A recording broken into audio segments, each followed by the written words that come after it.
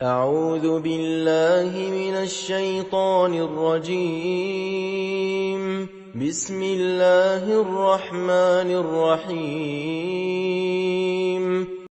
حضرت ابو سعید خدری رضی اللہ تعالی عنہ بیان کرتے ہیں کہ ایک شخص نبی اکرم صلی اللہ علیہ وآلہ وسلم کی خدمت اقدس میں حاضر ہوا اور اس نے عرض کی، میرے بھائی کو پیچس لگے ہوئے ہیں۔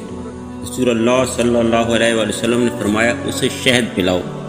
اس نے اسے شہد پلایا، وہ پھر آیا اور عرض کیا، میں نے اسے شہد پلایا مگر اس سے پیچس اور بھی زیادہ ہو گئے ہیں۔